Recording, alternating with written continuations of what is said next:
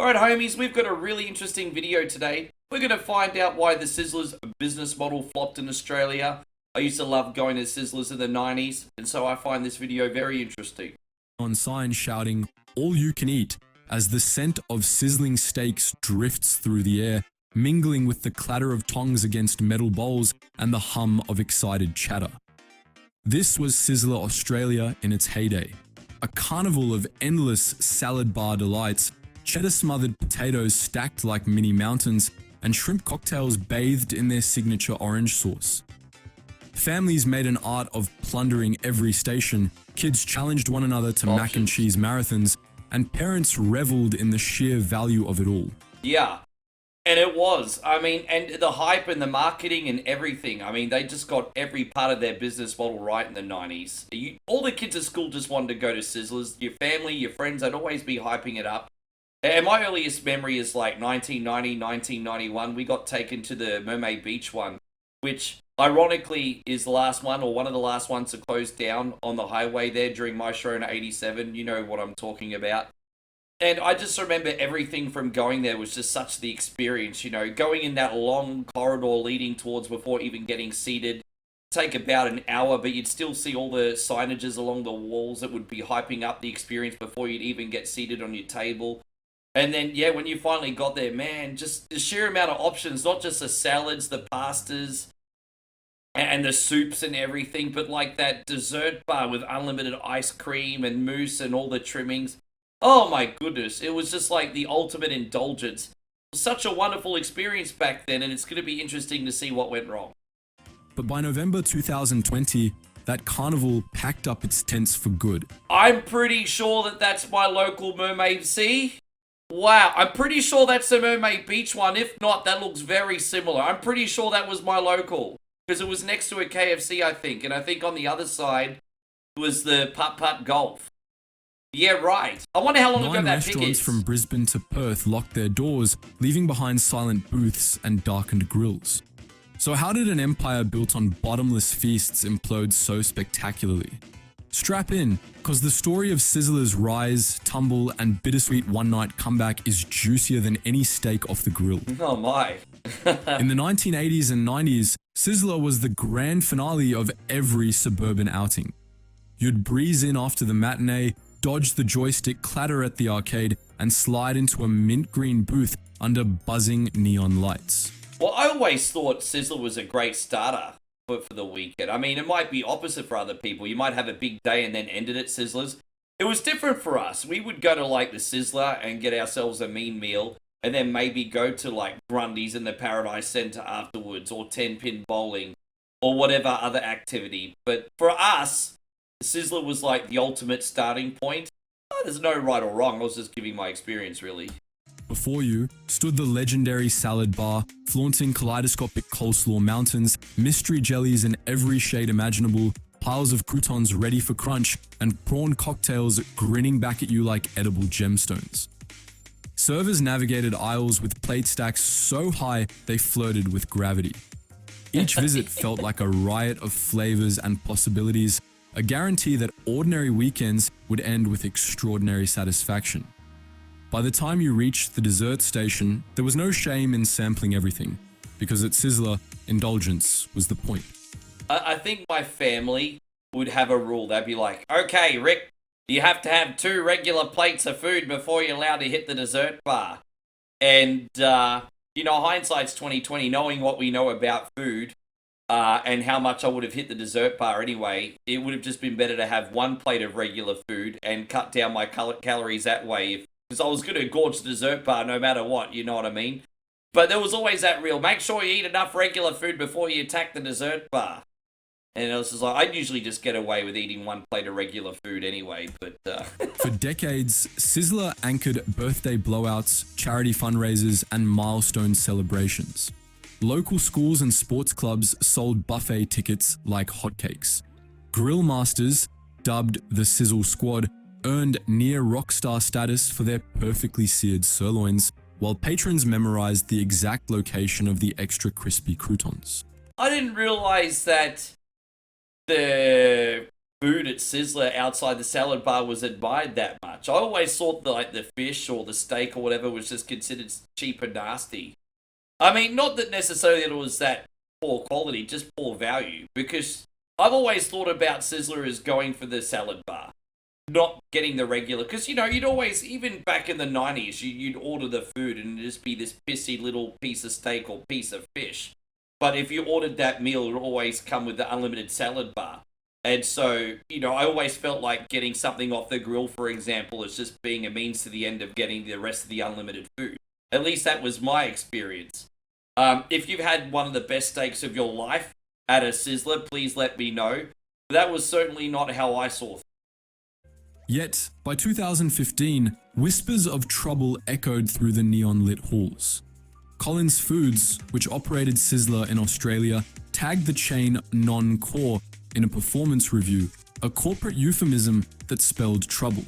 The decor felt as dated as dusty textbooks. Mint booths, swirling patterned carpet, and light fixtures that looked like UFO crash debris. Meanwhile, hip new cafes sprouted avocado toasts, cold-pressed juices, and poke bowls engineered for Instagram fame. Sizzler tried minor menu tweaks, sweet potato mash here, a tangy dressing there, but these felt like polite coughs in a thunderstorm of food trends.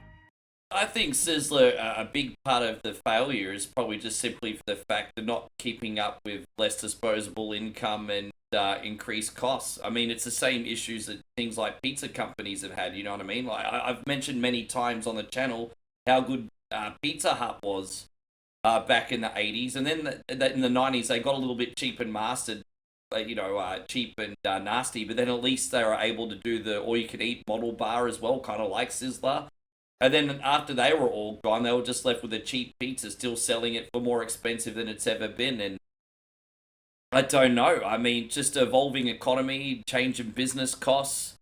I don't know if Sizzler necessarily cut corners. I certainly noticed over the years that the quality of the food was still pretty good. But as I got older and went to other restaurants, the last time would probably be in the 2010s, the options were not as plentiful. It just felt like I guess you could say the salad bar got substantially smaller, and yeah, it just wasn't a wow factor there anymore. And if you're going to pay like top dollar for you can eat restaurant, not have many options, well then, yeah, you're better off going to a nice cafe and getting a hell of a steak or a chicken parmigiana or something else. So, I mean, that's my 2 cents anyway. As global produce and steak prices crept upward, the buffet cost to diners edged higher, Sure. leaving loyal patrons wondering if they were paying more for the same old experience. Then, in early 2020, a far deadlier force stormed through the hospitality world: COVID-19. Suddenly, buffets were public health nightmares. How do you keep guests 6 feet apart when the whole concept hinges on communal tongs and sneeze guards? Plexiglass shields and hand sanitizer stations sprouted up, but they clipped the wings of the freewheeling buffet vibe. Government-mandated lockdowns in Sydney, Brisbane and Perth shuttered dine-in services for months on end. Meanwhile, delivery and takeaway, a lifeline for many restaurants during this time, were not quite designed with buffets in mind. There was no slick way to box up all you can eat without leaving customers feeling shortchanged. I'm not going to lie, during the whole pandemic, one of the dining experiences I did miss the most was, I guess you could say, the buffet. Not necessarily Sizzler, of course, but just the buffet in general. Because, I used to go to Sunnybank Market Square and get like all-you-can-eat Korean barbecue, for example. And took for granted that luxury, I guess, because for nearly 2 years I wasn't able to get any all-you-can-eat stuff. I mean, the whole hospitality industry got damaged, period, but especially the all-you-can-eat model. And, yeah. As supply chains buckled and staff were furloughed, the cracks in Sizzler's foundation widened into chasms. By July the 2020, Collins Foods stared down a grim ledger: underperforming outlets, costly retrofits needed to meet new health protocols, and slim prospects for recapturing lapsed customers. The decision landed like a gut punch. 9 remaining restaurants would close their doors by November 30th. For communities that had relied on Sizzler as a gathering spot, the news was surreal. Longtime managers who'd spent decades flipping steaks and corralling buffet lines found themselves hanging closed signs in empty windows. Patrons flooded social media with tearful farewells, sharing snapshots of first dates over prawns and high school graduation dinners fueled by bottomless salad bars. While many grasped that the pandemic had expedited Sizzler's demise, the reality was that the chain had been limping for years, shackled by dated branding and a business model that no longer matched evolving tastes. I think the business model no longer matching evolving tastes is probably the biggest thing. Because I don't know about the United States, but in Australia we had many rival chains in the 90s. Just some that I can think of included Choices, I think another company called Valentino's, and there was probably other ones that I've forgotten as well.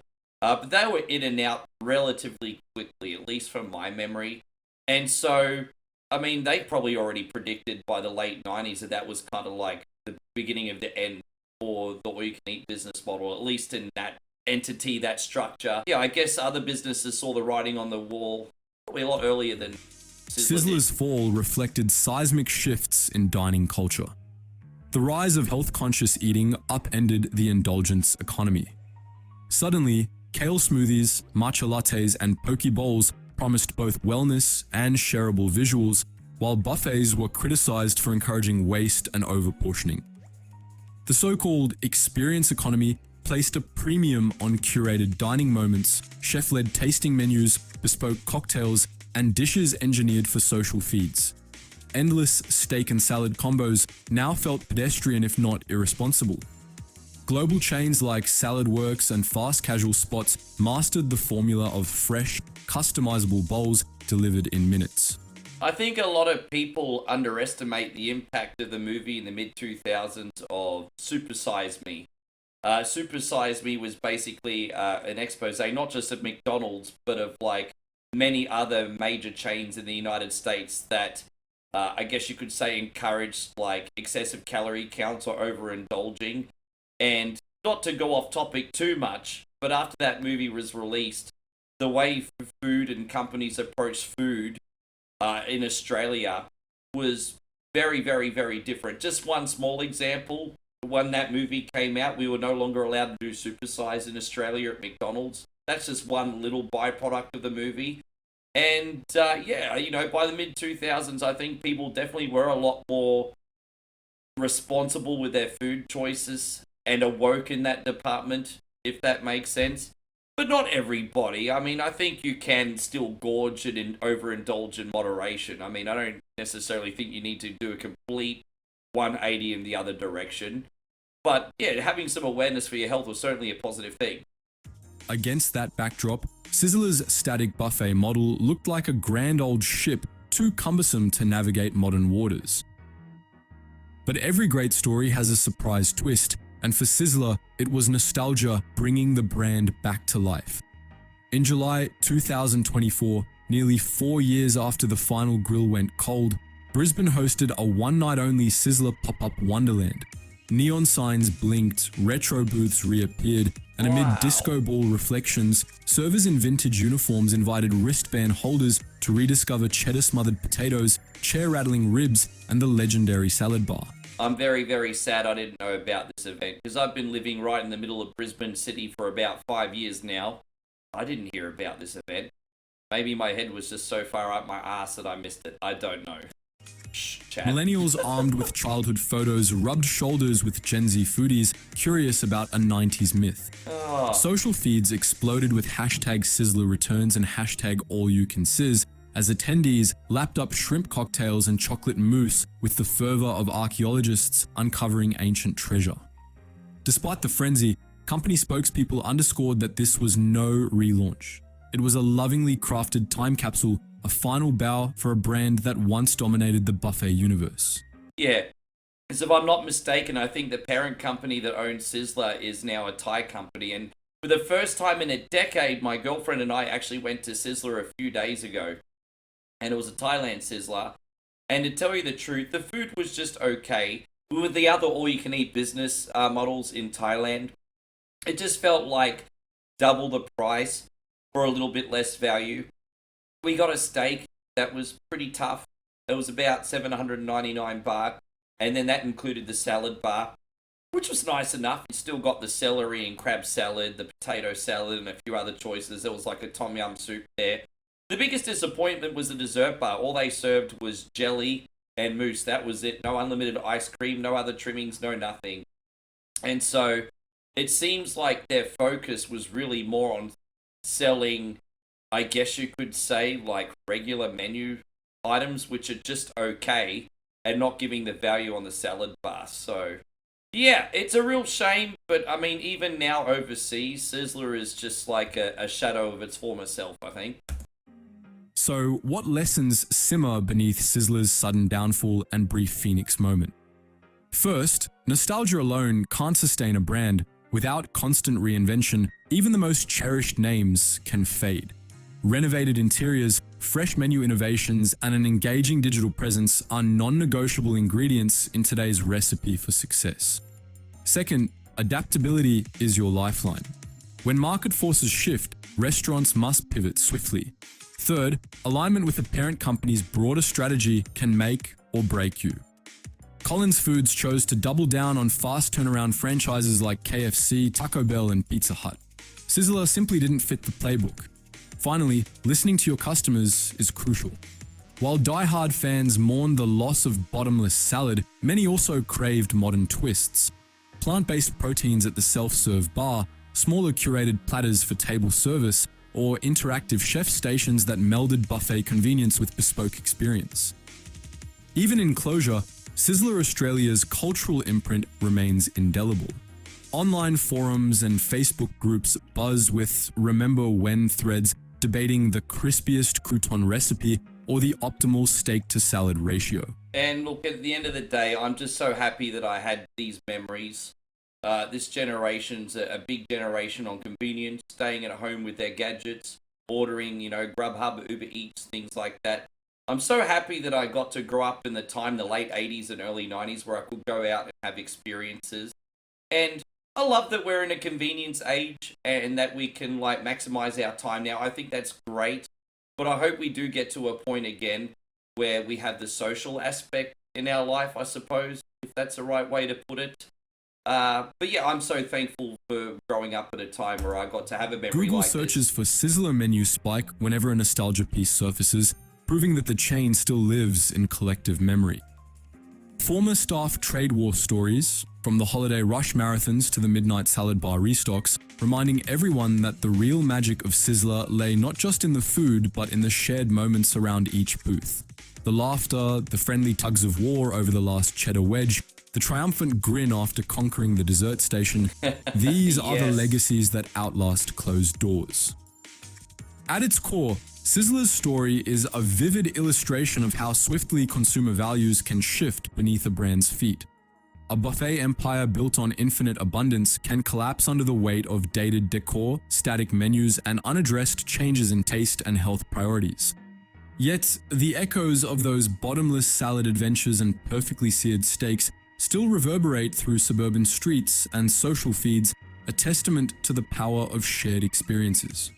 At the end of the day, I agree with most of this video. I mean, it's a case of adapt or die. I have been to a lot of Sizzlers in the 2000s that did have dated decor. It just didn't scream, come in and dine in. Like, some of the newer ones that popped up look pretty good. But yeah, the other ones just looked like a byproduct of a gone past era, if that makes sense. And I will say, even though the food was always very good, in the later times, the salad bar didn't really evolve. It was just the same things that you were eating for like 20 plus years, maybe even with even cheaper ingredients towards the end. So, for me, just remembering the last time I ever had Sizzler in Australia, I think it was 2014, 2015. I liked the experience, but I just didn't feel like it was going to get me bang for my buck. So, quite often Australians would like to go to a cafe or a pub or have their weekly feed. And, I think by the time Sizzlers was on the out, I'd be lucky if I was eating there once a year or once every other year, you know what I mean? So that's my personal experience, and if that was my personal experience, I'm sure it was the same for many other people, and it obviously was, because that's why they're no longer here. Next time you spot a neon all-you-can-eat sign, spare a thought for Sizzler Australia, the buffet pioneer whose final sizzle resonated far beyond its last locked door. But what do you think? Let us know your thoughts in the comments section below and let's discuss. Yeah, I thought that was really interesting. Thank you so much for watching, guys, and don't forget to check out Infinite Limited, who made this video on YouTube. Thank you, guys. See you on the next one.